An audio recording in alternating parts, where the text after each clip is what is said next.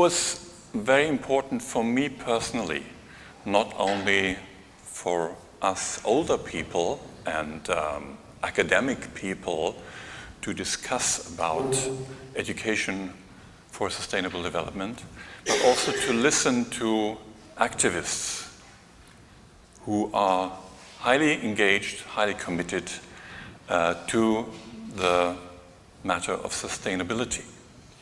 And I'm very glad that I can welcome now to my left side Aleksander Mendoza-Drosik for the last generation.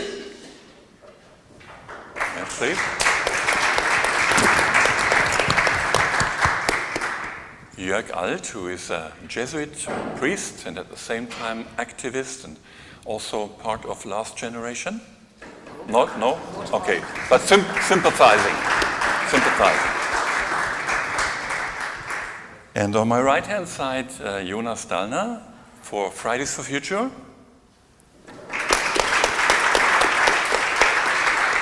And Georg Sauerwein from Christians for Future.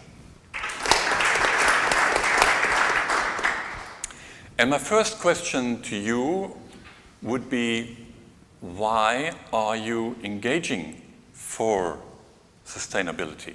Why are you engaging for Fridays for Future, Christians for Future, last generation? Perhaps you can say a little bit about yourself and about your motives. Aleksander, would you like to start? Right. Hi, I'm Aleksander. It's nice to be here.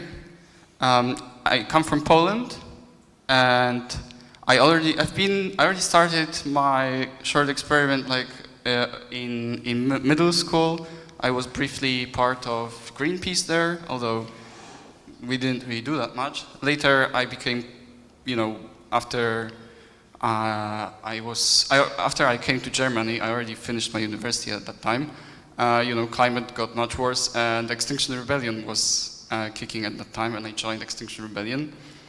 And later, Last Generation appeared, and I decided that Extinction Rebellion wasn't really organized well enough, so I joined Last Generation, and now I'm mostly there.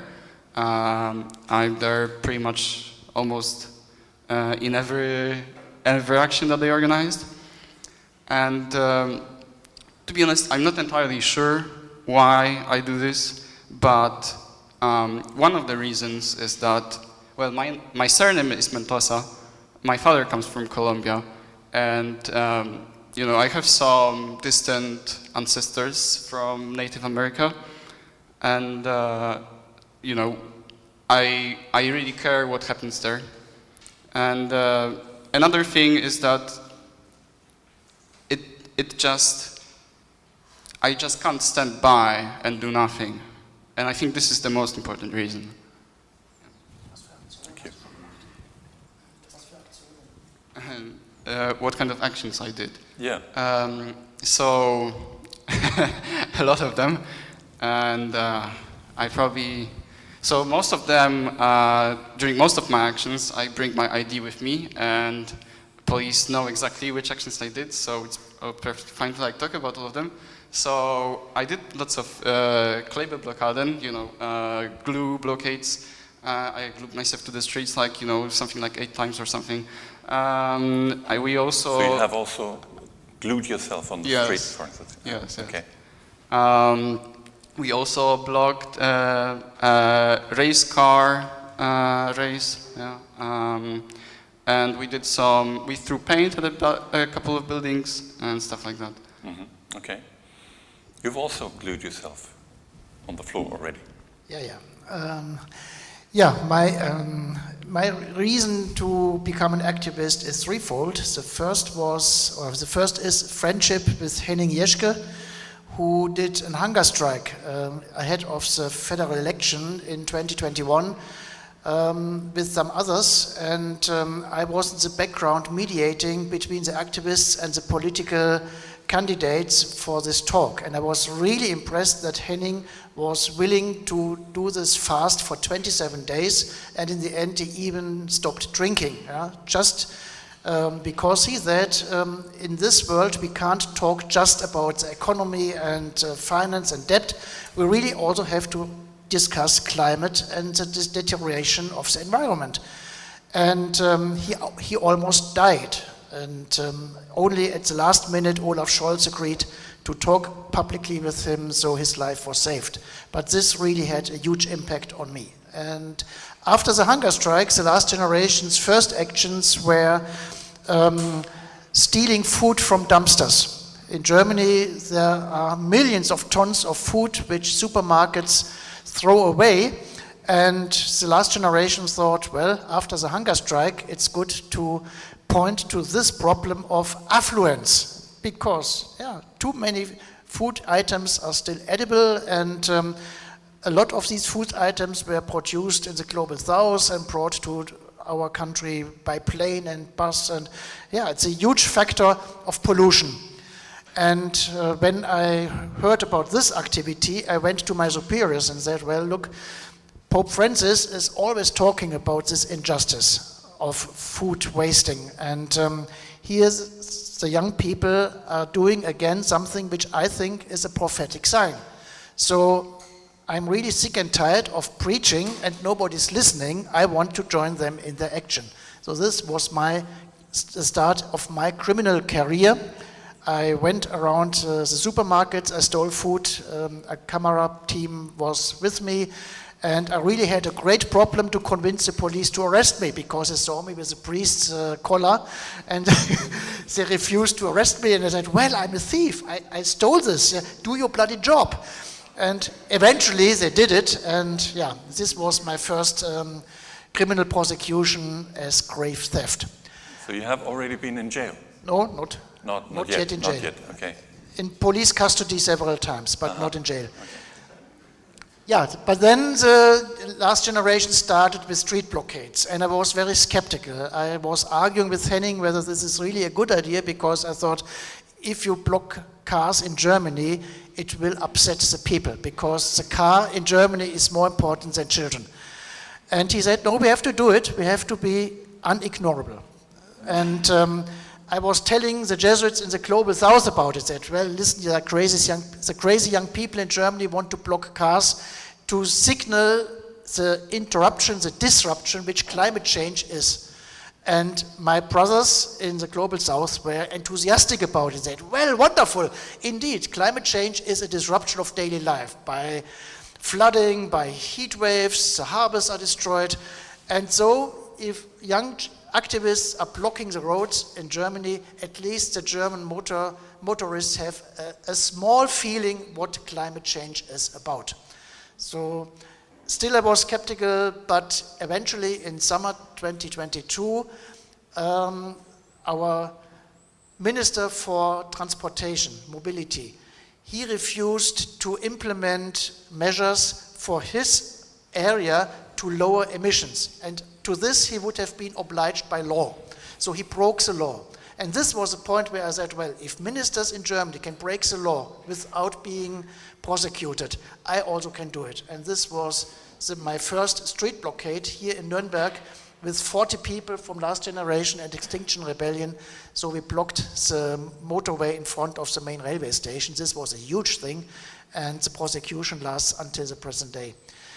I always do it also as a scientist. I'm a migration specialist. I published several books, and my point is, if we in the global north don't live up to our responsibility, we shouldn't be surprised if millions and billions of people come to us later to find a way of surviving, because the science is very clear.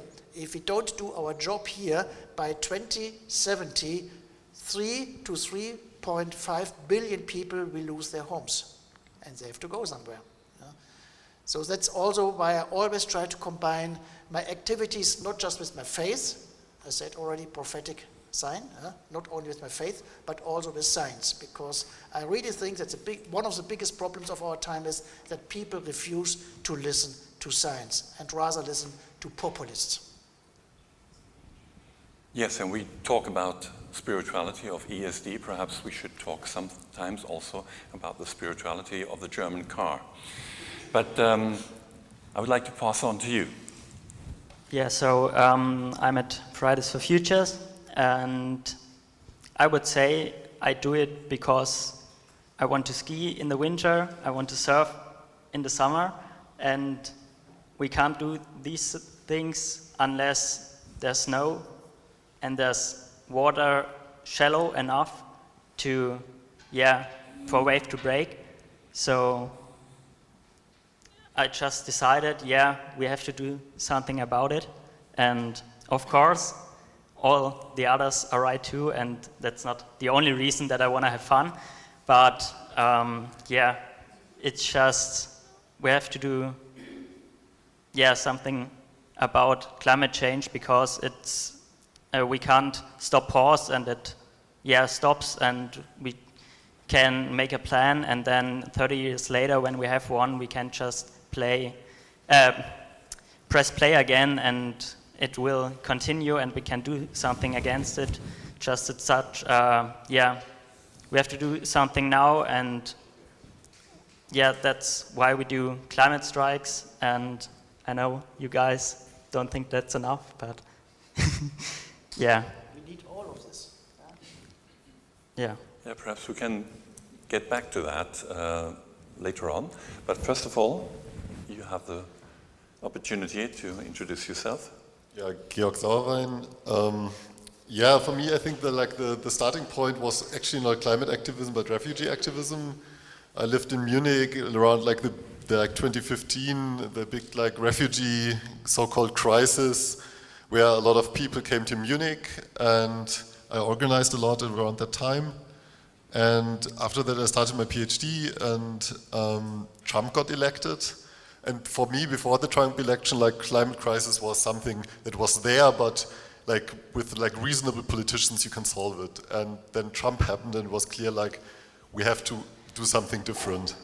And also this experience from the refugee crisis, that this really small, actually small event during a time where Germany was really prosperous and didn't have many problems, led to such a decline of human rights in Germany. I think this is a very good example what will happen if the climate crisis continues.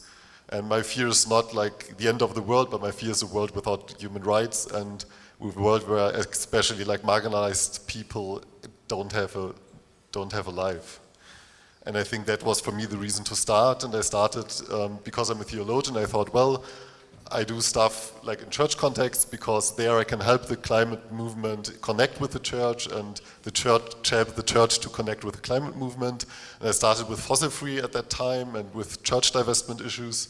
And then in 2019, a bunch of activists from the For Future movement started Christians for Future, which is a grassroots group inside of the For Future movement in Germany. And today we have 30 groups and do a lot of activism as a Christian voice inside of this diverse movement, and also still doing networking between churches and the movement, and also trying to push the churches to do more for climate justice and use their voices and use them bravely, which they still don't do. And the other aspects, especially I think for this conference is interesting, we also do a lot with spirituality. I recently, with somebody else, published a book where we collected a wide range of prayer services from the German climate movement and beyond, and from the churches. So this kind of activism. So a lot of talking with people, but also mobilizing people, also campaigning, and also spiritual aspects. Yes, thank you for this first round.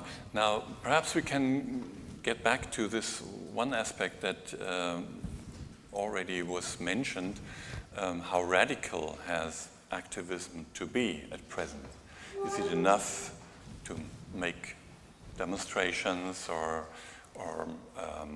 to make campaigns within a church setting?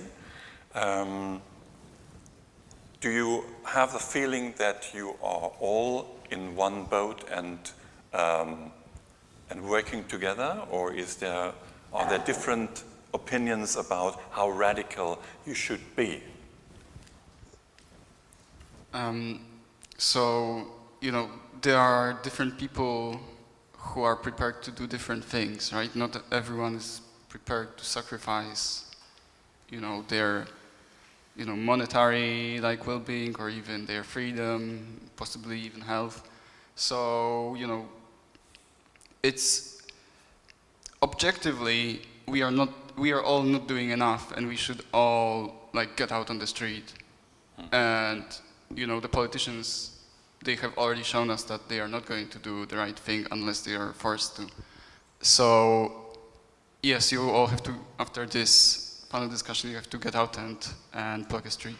But of course, you are not going to do this because most people, you know, to put blunt, don't have the guts, right? Like, you might try to come up with many excuses, you know, like maybe I have family, maybe I have, you know, I have my career, I'm a professor, if I do something like that, I will, you know, lose trust or something. But, you know, all of these things, they are just excuses. In reality, you know, there are scientists who do actions with us. There are parents, you know, even single parents who do actions with us. There are people with disabilities. So really, it's all in your head whether you do something or not. But the fact of the matter is that, you know, most people are not prepared to do the radical actions. And so, you know, the 1% of you who are ready, you should come and join us. And then, you know, the rest will, you know, come around at some point, however it might sound. So, yeah, generally, my proposition is that the radical action is the only true way. Don't forget that Yeah. there is a history to it. Yeah? Yeah. I mean, the Fridays for Future brought millions of young people in the street. And if young people take the street, politicians are shocked. They made thousands of promises what they're prepared to do and how they're going to do it. But the point is, they never did it. Yeah? And I don't know whether it was Luisa Neubauer or Greta Thunberg who said, I misjudged attention to me with the willingness to change things. Yeah, so the Fridays for Future movement started big and ended in depression. If you look around how many people are still willing to go to Fridays for Future demonstrations, it's very few. But because the people say that it's not going to change anything anyway. That's experience, it's a fact. And that's why more radical groups like Extinction Rebellion won more people. Or why the last generation was established. The last generation sounds a little bit apocalyptic or eschatological. I mean, it's right to use these words here, but it's from Barack Obama saying, we are the first generation experience the effects of climate change, and we are the last generations being able to change it. So whatever we do or don't do within this generation will decide and determine the future of our planet Earth for thousands of years. Of course, people are saying, oh, this is alarmist. No, it's a fact. It's a fact. And that's why I also said, eventually, yes, really, I have to go to the street. I have to take the protest in a way which cannot be ignored. And if I have to wear my Roman collar, I will do it, because media love Roman collars. Politicians don't, especially not in Bavaria. And as Aleksander is saying, for what we are doing, we are getting sanctioned, not only by criminal prosecution and fines, heavy fines, but also by social isolation. Many things which I was able to do before I became an activist, I'm no longer able to do it because I'm in a corner. Because people are saying, oh, these people are too radical, they have to be reasonable. And that's why Fridays for Future are still important today, because Fridays for Future are still considered to be the nice face of climate activism. And in this research of social movement, it's called the radical flank effect. If there are unsavory people like us, who are upsetting people, We always can say, well, if you don't like us, talk to the nice guys. And be aware that the nice guys are telling you exactly the same what we try to tell. So if you don't like us, do what these nice guys are talking, but do it for Christ's sake. Yeah? So that's why I really think that even if Fridays for Future is getting smaller, they still have a very important role to play. So that gives me two questions to you, Jonas. First, are Fridays for Futures depressed? And are you the nice guys? Also ich rede von den 2019er Fridays for Future. Yeah. I wouldn't say we are depressed, but there's, some, if people are there from the beginning and they were there 2019 and now they are a lot less people on the demonstrations and the strikes. Some lack some kind of motivation because they say like, what do we do it for? Because like nobody comes here anymore. But I don't think we should say we are depressed because at the 20th of September there were still over 75,000 people in Germany on the streets. So it's still a lot. And I wouldn't say, it's only because we aren't in the picture anymore, but because the whole climate change topic isn't that much in the picture because of recent developments, or not so recent anymore, but the Ukrainian war and the conflict in Israel and Gaza. And there are more, and also migration is more important to people nowadays because it seems to be the less, climate change just seems to be the less important matter as of now, but this isn't the case. Sorry, I forgot the second question. Are you the nice guys? No, you're the nice guy, yeah. Okay.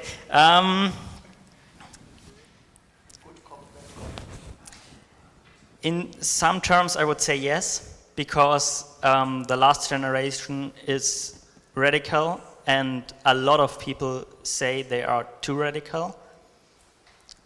In my opinion, I don't necessarily think so, because we should do it, but it's, the population thinks, and in the end, it's like you need to get a lot of people to the streets, and you somehow have to do it in a nice role, but also we are not the nice guys because we just, do protests and strikes, and nobody likes strikes when some aren't going to work, and also pressure on the politicians, they don't like that. So I wouldn't say we are the nice guys, but in terms of comparison to other movements in the last generations, we seem to be the nice guys. So maybe that's a good thing. Mm-hmm.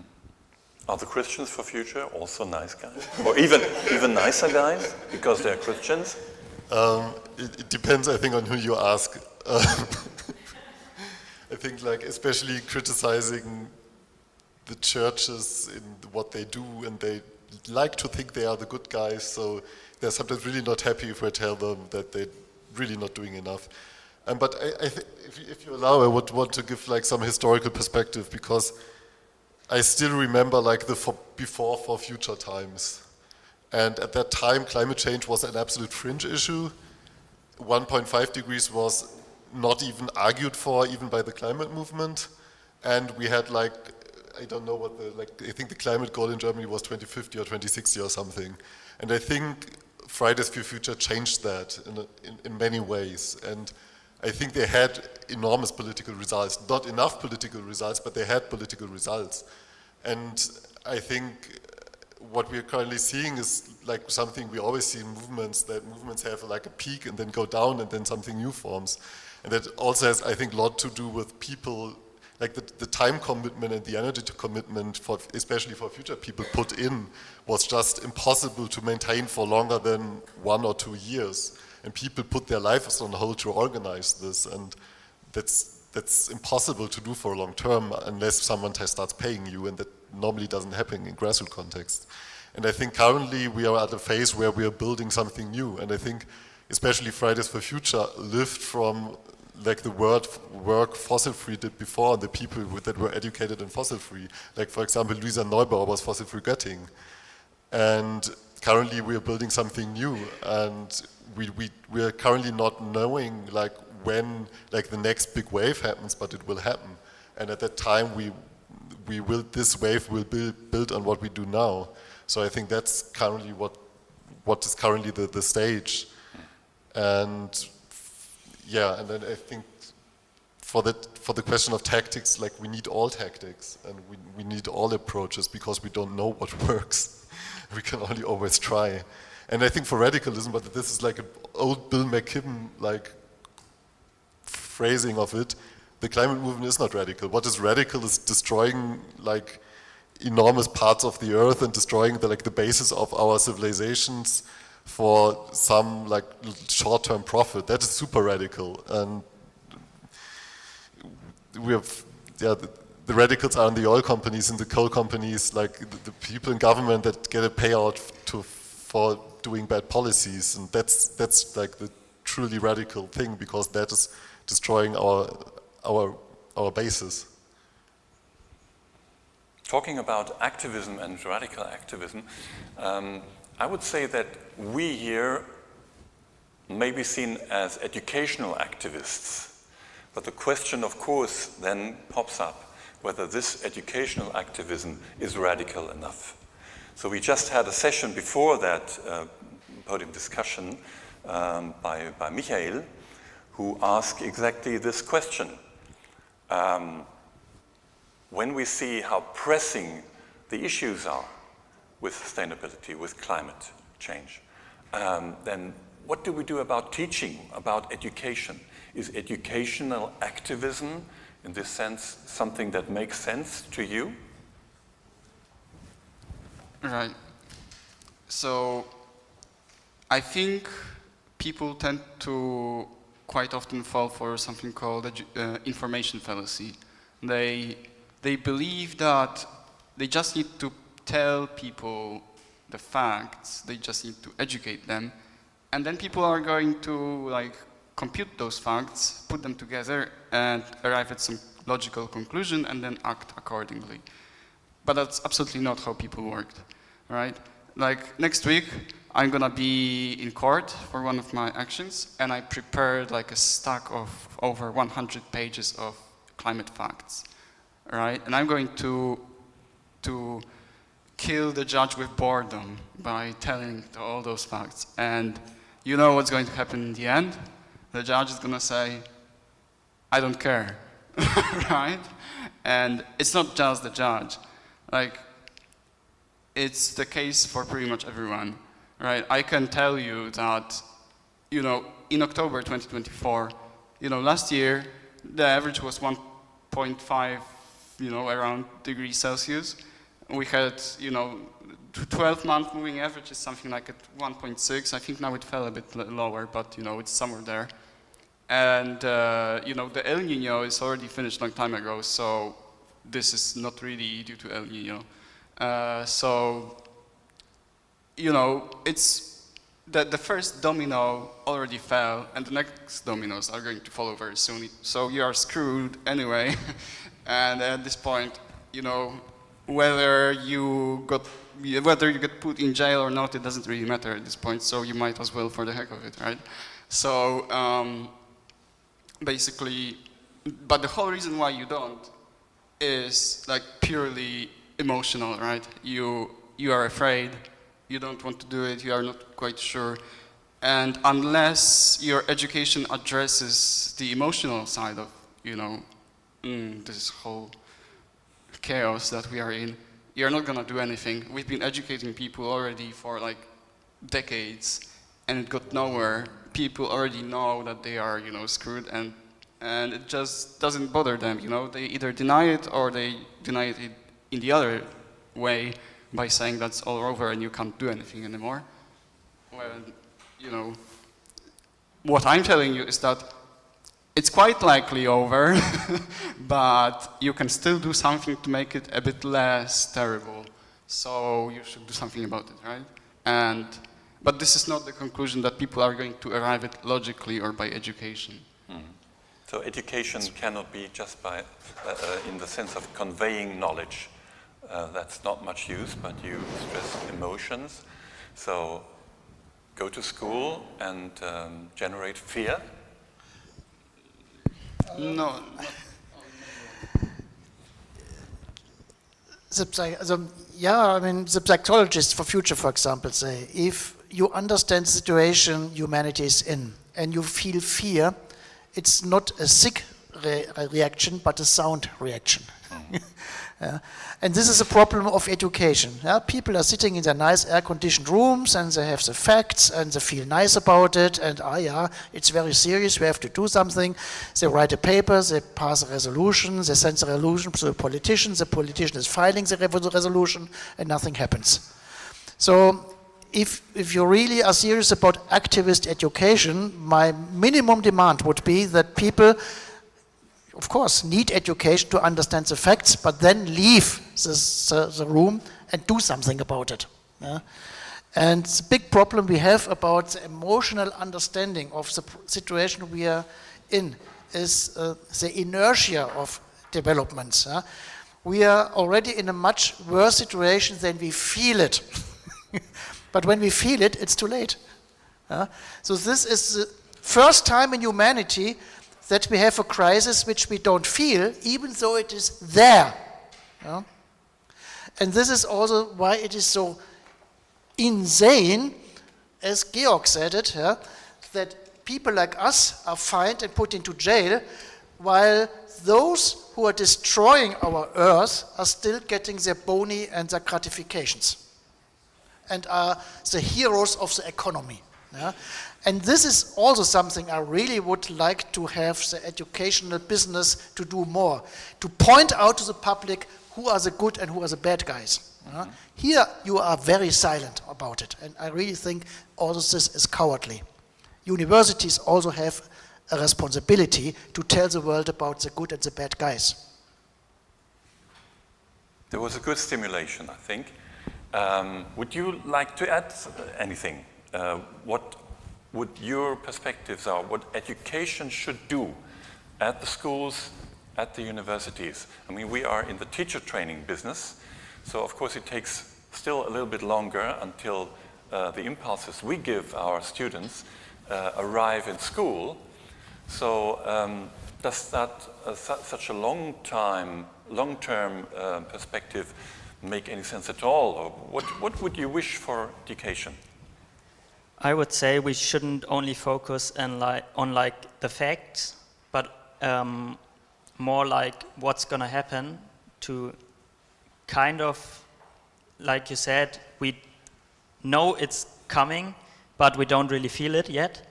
And till we feel it, it's too late, and I don't think people understand how massive of a change it is to go from 1 degree to 1.1 degrees or 1.5 degrees to 1.6 degrees.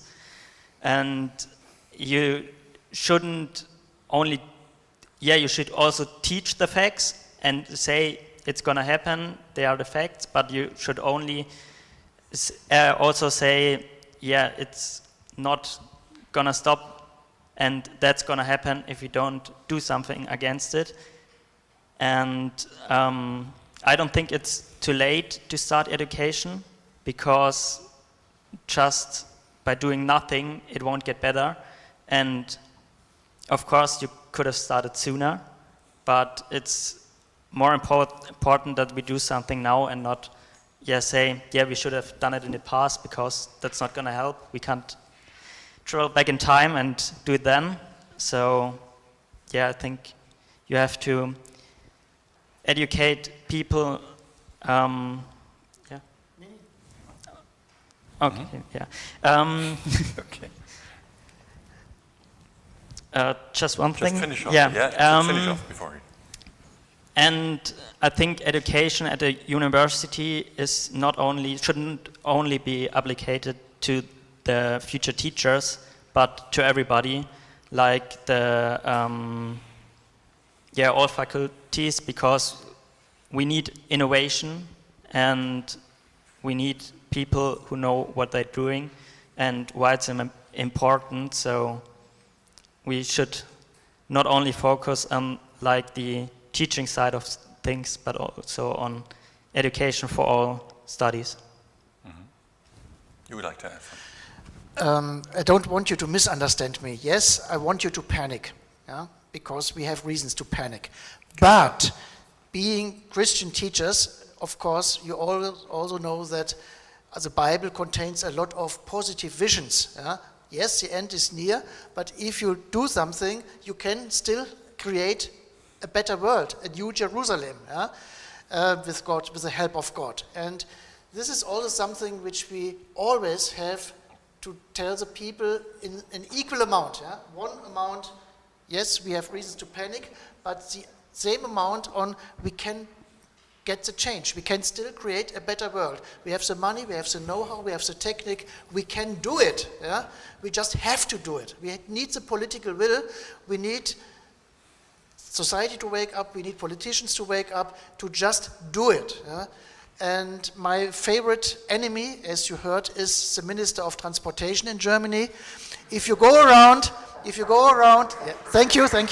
If you go around and ask the ordinary citizen on the road, yeah, what is your vision of the city in 50 years? Nobody will answer you, I still want to have a city where the cars are dominant. People say, I would like to have a city with a lot of green, with a lot of possibilities to encounter people, where daily needs are can satisfy it in walking distance. Of course, we also need a little bit mobility help for old people, but we can do this with car sharing or with electric cars. Yeah? Nobody wants to have cars, but still our politicians are telling us that cars is the one thing which we need to keep our economy running. Yeah?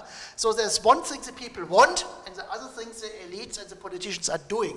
And it's also our task, yeah, to make people clear, if this is the city of the future you want, with green, a lot of encounters, a better infrastructure, everything in walking distance, then don't be fooled by politicians who still want to extend the wrong economic model.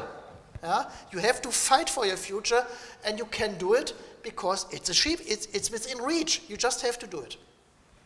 And that was also a link you made also to spirituality, to a hopeful perspective, because if you don't have any hope, then of course you will not do anything. Exactly. So like Moses said, yeah, I put in front of you the curse and the blessing. You have to choose it. Yeah? If you choose the wrong thing, okay, you have to take the consequences. So perhaps before we open up to the floor, to the questions from the floor, from the audience, I'd like to make a very short round on this spirituality topic. So you mentioned that already, that of course it is important for you, coming from the Christian context, from the church context, but maybe the others could also position themselves. But first, you have the word. Spirituality. I think a rather broad view on it, because it has a lot of roles, different roles, and it builds communities, which is super important for solving anything or for doing activism. I think it bridges this emotion-knowledge gap we were talking about. It asks like deeper question of relation between humans and world, but also like these like practical aspects of like dealing with the emotions of the change, and for example also in activism dealing with emotions of activism. So I had like, for example, prayer services after like the police brutality around Lützerath, and like trying to like just talk about it. And so there are like very different aspects of how spirituality, I think, plays a role in this, and it's very, very broad topic, and I think everybody struggles with the change and everybody needs this spiritual work for themselves to deal with the situation some way or another. So I think that's, but also like to get people active and to act, which is of course always a risk with spirituality. And we need a spirituality of activism and a spirituality of action. So you are from Christians for Future, you are a Jesuit, so you must be spiritual in some way. But what about you two? Does spirituality mean anything to you? Is it important for you? First of all, I would say I'm not the most religious person, so, but still I would consider spirituality in like a more of, have a connection between the body and the mind.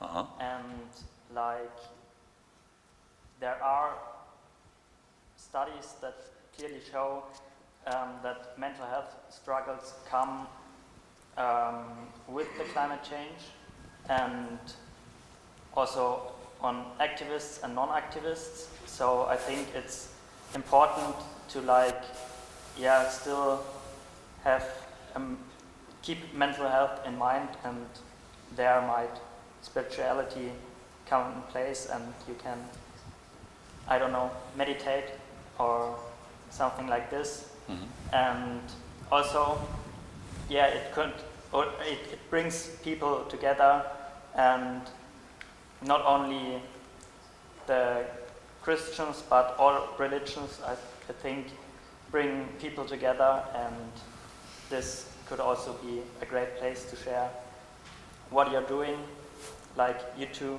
do already. So I think the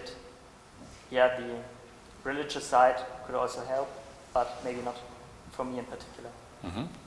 Perhaps it is important to mention that we also here at the conference see spirituality not only in religious terms, but it's also secular variants of spirituality. Can we listen to Aleksander first?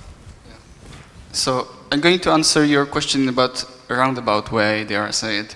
I will first make a reference to what Jörg said earlier, that there is the bad future and the good future, and we have to choose which one of them we want, right? You made the reference to like the kingdom of Jerusalem, that you have to believe that, you know, there is this like Jerusalem or maybe heaven or something.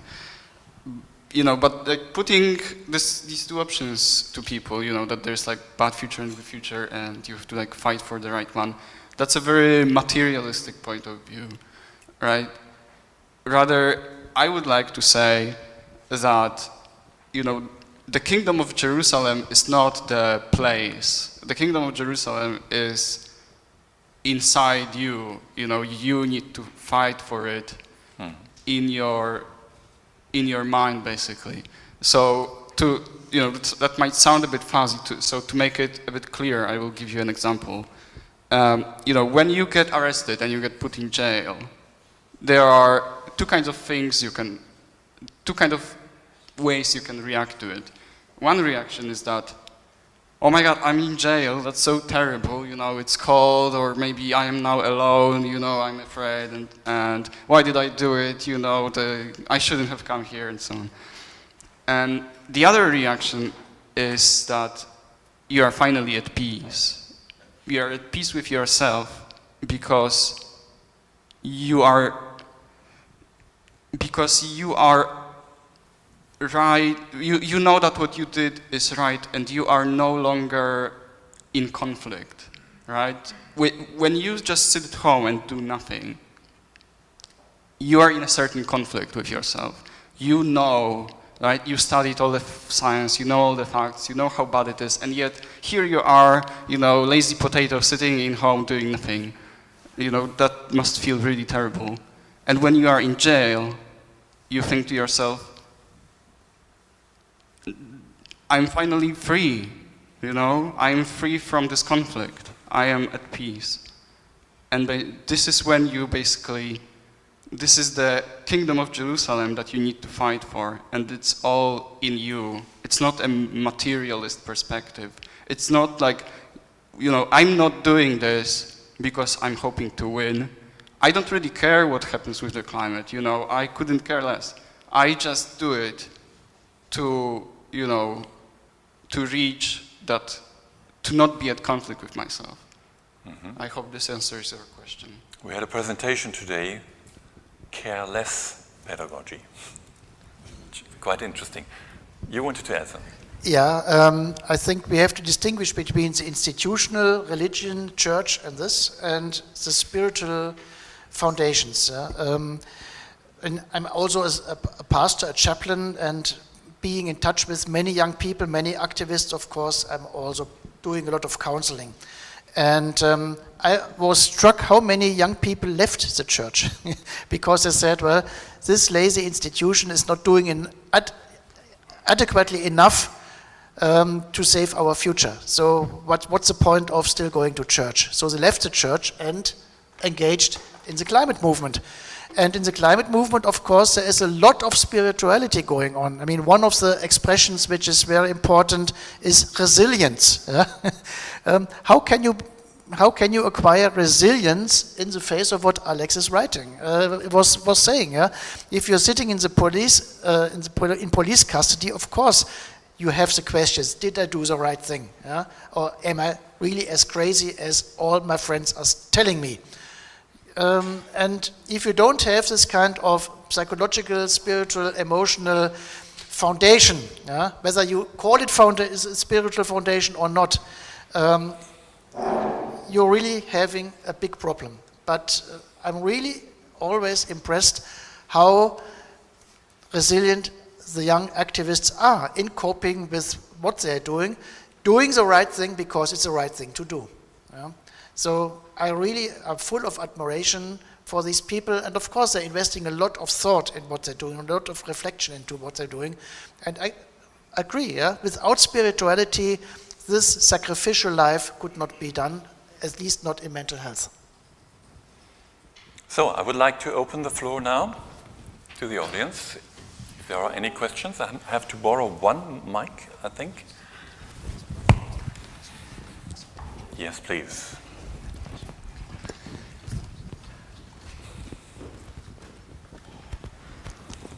Thank you so much. First of all, thank you so much for coming here and for giving this really exciting panel discussion. I'm coming from Hungary. I'm coming from Krishna Valley, that's say 330 hectares of eco-village. And the goal of that, well, at least now the goal of that is to show how to live properly in harmony with God, so that if everyone would live like that in the world, how the world would look like. And I think that it's really crucial. Whenever I speak with politicians, my question is, where is your left-wing village? Where is your right-wing village? Where is your liberal village, or whatever village is, where everyone lives exactly as you say, and they are happy? None of them could show any. The question is, do we have an activist village where all of those things that you go for, that all of the people who are living there, they are living exactly how you would like to, so that no one would protest against it? Georg.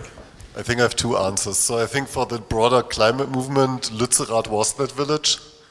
Lützerath was in many ways that village, and it was raided by the police and destroyed. But on the other hand, I think that village is impossible because we are living in a society so the societal rules, the societal something like subsidies, etc. It's impossible to live a climate-friendly life in this society, and it's impossible to live an eco-friendly life in this society. I'm sorry, it's impossible. And it's still it's a vision. It's a nice example, but it will not be perfect because it cannot be perfect in this society. You still use a hospital probably if you got ill, and the hospital will probably not be heated without fossil fuels. That's the problem. So that's why we change society, because it's not possible. If it would be possible, we wouldn't need to change society.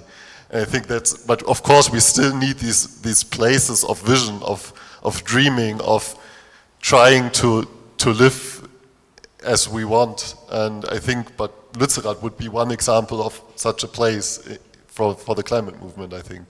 So does everybody know what Lützerath is? Yeah, perhaps you can explain a little bit. Perhaps for the non-German speakers. Lützerath was a very small village in the brown coal region of Germany that was an activist village for a few years until it was raided to get to the coal below it. And it was a very big political fight, and also then a big fight with the police to try to protect this village, to on the one hand protect this vision of a life, but also to protect the thousands of tons of coal below it, and therefore protect many villages in the global south. So that was Lützerath, and it doesn't exist anymore. Would you like to ask? Okay, so you said something like, what would be the perfect village in which we would no longer need to protest, right? And I think this question already contains certain assumptions that are wrong. You are assuming that protests are something undesirable. And I'm going to answer to you by saying that when we go to protest, we are already a village. When I block you on the street, it's not because I hate you or I want to stop you or whatever. It's because I am trying to, tell you that what is happening is wrong, and we need to talk about it more, right? It's like when you have house, when you have wife and husband, yeah, right, and they argue together. The couples that argue, they stay together, and the couples that don't argue, they get divorced. I don't know, I heard the statistic somewhere. So, the perfect village for me is the one where people protest a lot. But would you agree that it takes some kind of community? You cannot protest all the time alone. So you need a kind of community that works together. And perhaps this is the idea of, or maybe the idea of a valley, not only to live there in peace and in harmony with nature and so on, but also as a resource place where you can find strength for going out and protesting and going out for activism again. Was that the idea? Absolutely. I'm for protesting. Can we get them the microphone again? Sorry.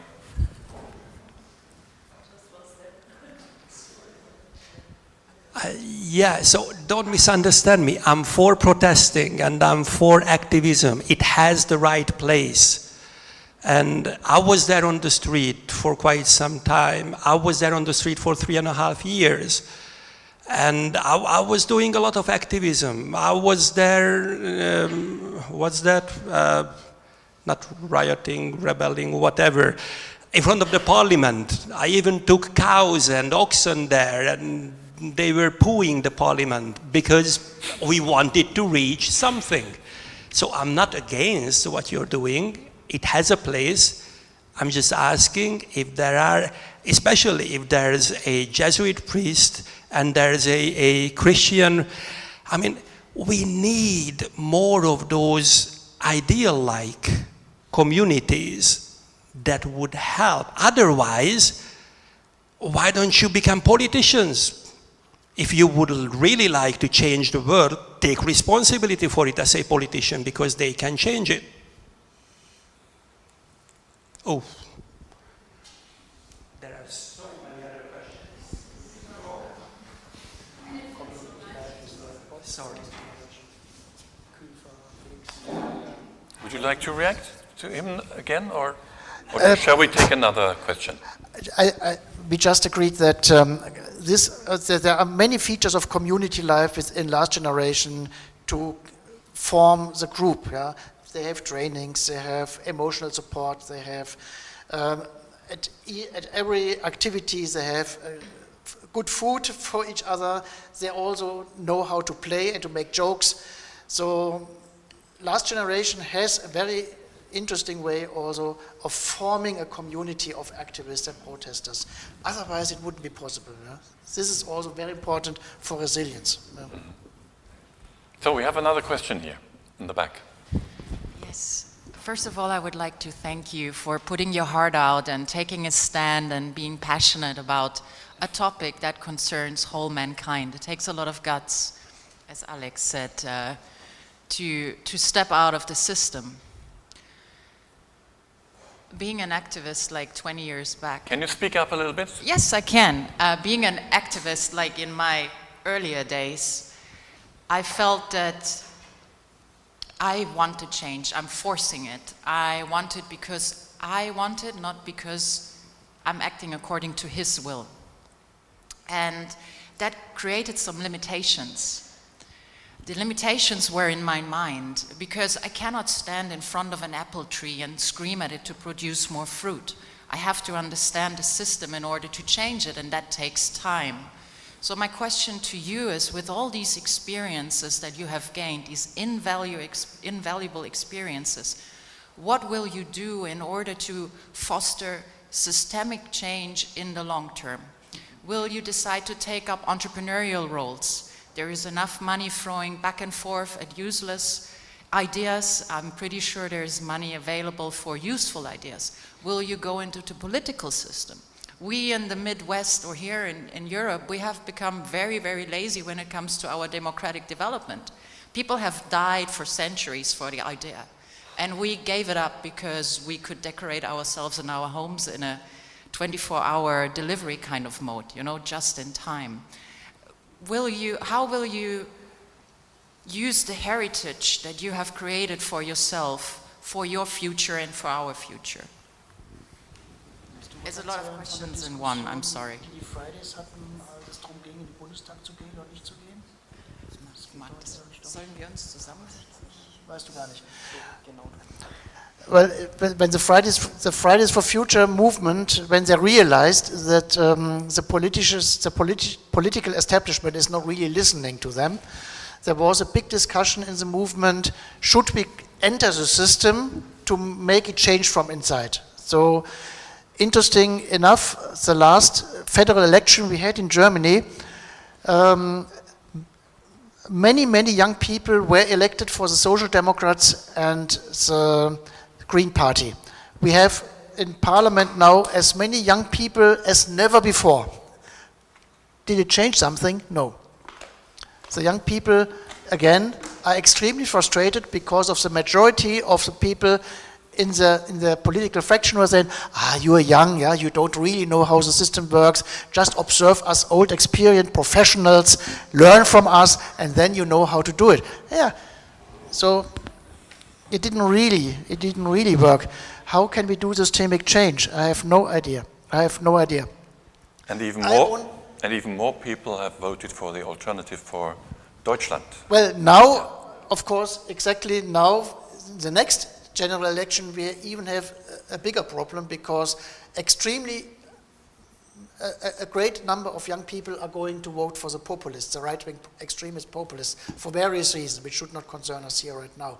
The point is, yes, we have to change the system, but the problem is how to do it. And again, I have to say that possibly, given the complexity of things, everybody has to do what he thinks is right and what is his or her best contribution, hoping that others, like for example Georg, who is very close to the bishops, can finally move, for example, the German Bishops' Conference to take a clear stance on environmental issues. Yeah? They are so cowardly in Germany, yeah? Because in Germany the church is very close to the government because of the tax systems. Yeah? In other states, the churches are much more outspoken, or let alone our Pope. Yeah, he's very clear about the dangers we are facing. So again, like Pope John Paul said, yeah, individual decisions can accumulate to new systemic structures. We have to trust in this. But until it happens, we just have to do the job as good as we can and trust that other people are also doing their job as good as they can do it. Georg, what about the bishop? Jörg and I always play this game, like who's closer to the bishops, but okay. I think it's a general misunderstanding how politics work. I'm sorry. But politics is not only doing stuff in parties. Like the parties cannot, we need a strong civil society. And I think these movements in some way or another are parts of the civil society, and I think are inherent for any political change or any political system. We don't need to move out of civil society to change the society. I think we need a stronger civil society, especially in Germany. I think in Germany I think in the US there's much more appreciation for civil society than in Germany, I think. And I think one of our major problems in Germany, especially in East Germany, is not enough civil society. So we need to build more civil society, and it's also, I think also something we see with the Green Party, or my experience with the Green Party. As soon as they are in power, they are in the logics of this power, and that's normal and that's okay. But that's why we need a non-partisan movement, a non-partisan civil society to push through the politics and also push the Green Party when they're in power to do the right thing, because they won't do it without it. I agree with you. However, what are we as citizens doing? I feel that now with the technology at hand, we have the opportunity to avoid that some people, like Mr. Scheuer, in the name of the people, sign contracts that cost us, our taxpayers, money. We don't have that transparency. So what we are lacking is transparency in decision making. We have the technology at hand in order to create that transparency. And I feel that, yes, there is the youth and their passion, but how can we make this passion more creative in terms of not only saying things are wrong, but actually helping others who are in Mr. Müller will know it, in management science, you have the first movers, the one that go first to buy a PlayStation or the new Nike trainers, and then the ones that follow a little later. How can we inspire others to follow, overcoming the fears? Because it's a fact, some people are happy with where they are not moving until the whole crowd moves. And we can say that it is like that, we can get angry about it, but it will not change the fact. So I don't think we're going to find an answer to it here, but how can we use technology, the things at hand that work against us, and make it work in our favor? Yeah, but Jonas would like to make a point on that.